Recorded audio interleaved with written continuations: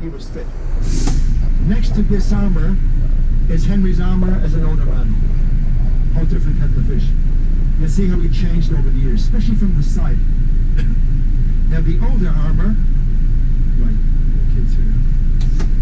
The older armour has a cut piece, you know, to protect a delicate part of the male anatomy. This cut piece is huge. He was clearly having a midlife crisis. Madam, have you seen my cut piece? I said this recently. One of the Onboarders, a friend of mine, told me this was psychological warfare. You'd wear one of these going into battle so other men wouldn't fight you. Okay. Get a picture, you can't miss it.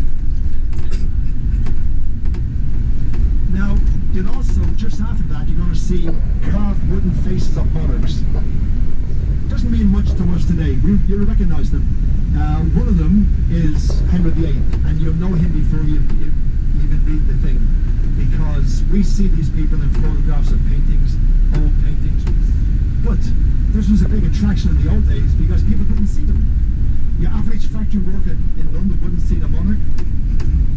Your peasant on a farm outside London wouldn't see the monarch. Only top officials would see them. So that was a big deal. Oh my God, these are the kings of England.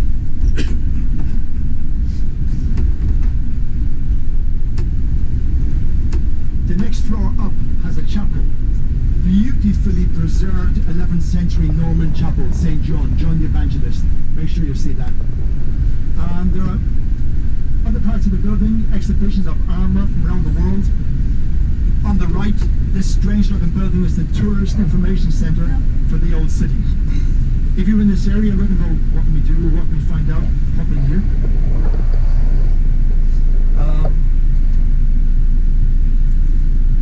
Yeah, also now in the White Tower, they during COVID, when there was a break, they installed games. So you have interactive games, medieval archery and stuff you can play while you're there. In the basement of the White Tower, you'll see a chopping block and an axe. And we believe there was this chopping block that was used for the last beheading on Tower Hill, public execution site just across the road from the tower. A man called Simon Fraser, Lord Lovett. So watch out for that in the basement of the White Tower. Also, as you walk around the White Tower, look at the walls. You'll see the occasional huge 11th century fireplace. You'll also see some garderobes. Nice French word for toilet. 11th century. It's a hole in the stone. You sit, do whatever you want to do, and it flies out of a hole outside. You have to know when not to walk. In the old days, like, don't walk over that way.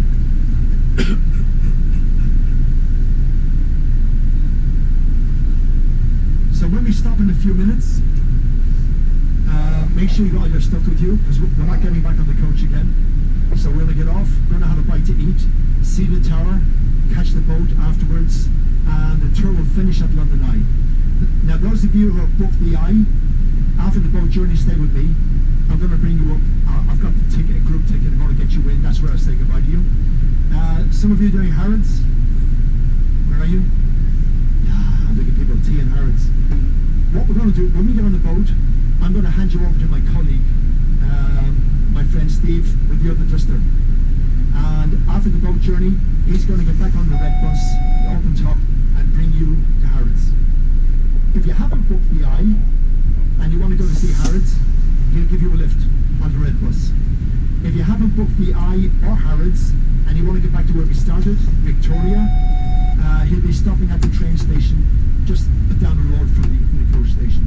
So you've got a few options. But London Eye people with me, Harrods people with my friend Steve, and we'll meet him later on.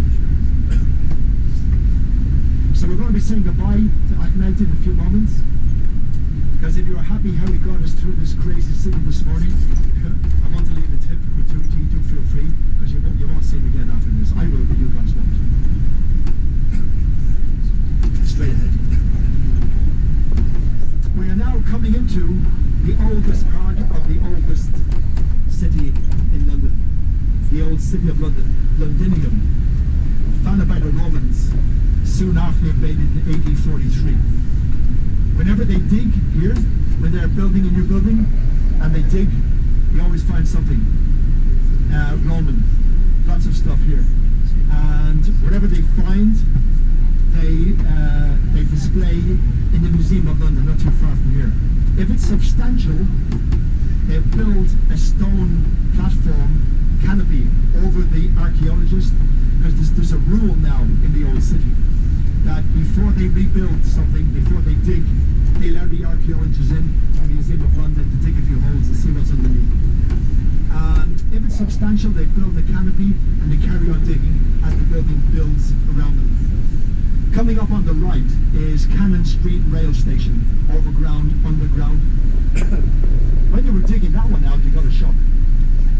They realised that's where the Roman governor of Londinium, who ran the joint, that was his palace, just here.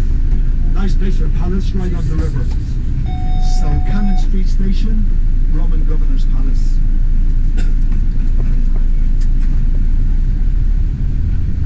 Just coming up on the right.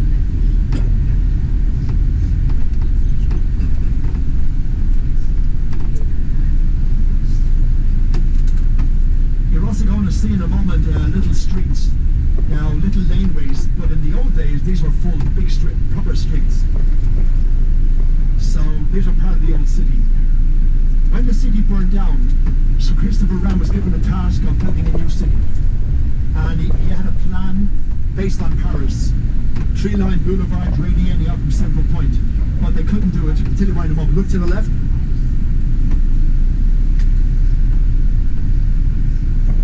Now it's all built up now. We're going to see better ones in a few moments. Again, left-hand side. Look at this. Ancient little lane, little street. Wren was going to rebuild the whole city, but people couldn't wait to build their houses and businesses. There was no security, no insurance for ordinary people. They had to build straight away. And so the plan to rebuild like Paris had to be scrapped. So what we're seeing is the same medieval street plan, which is great for history, not good for traffic, as we can see. So again to the right.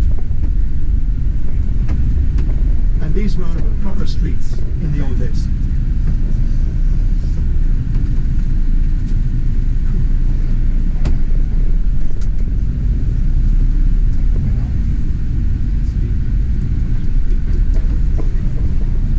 Straight across. Now we can park on this street just towards the end as the bus stop, left hand side. And my way back.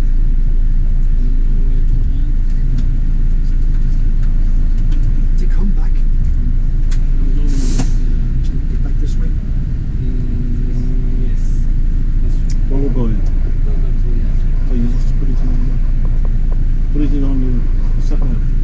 But yeah, you see it's that. But at the end of this road, we're going to get off, maybe turn left, and you pass by the tower right hand side, and yeah, it's a one-way system, so you need to check that. But you do a loop to come back.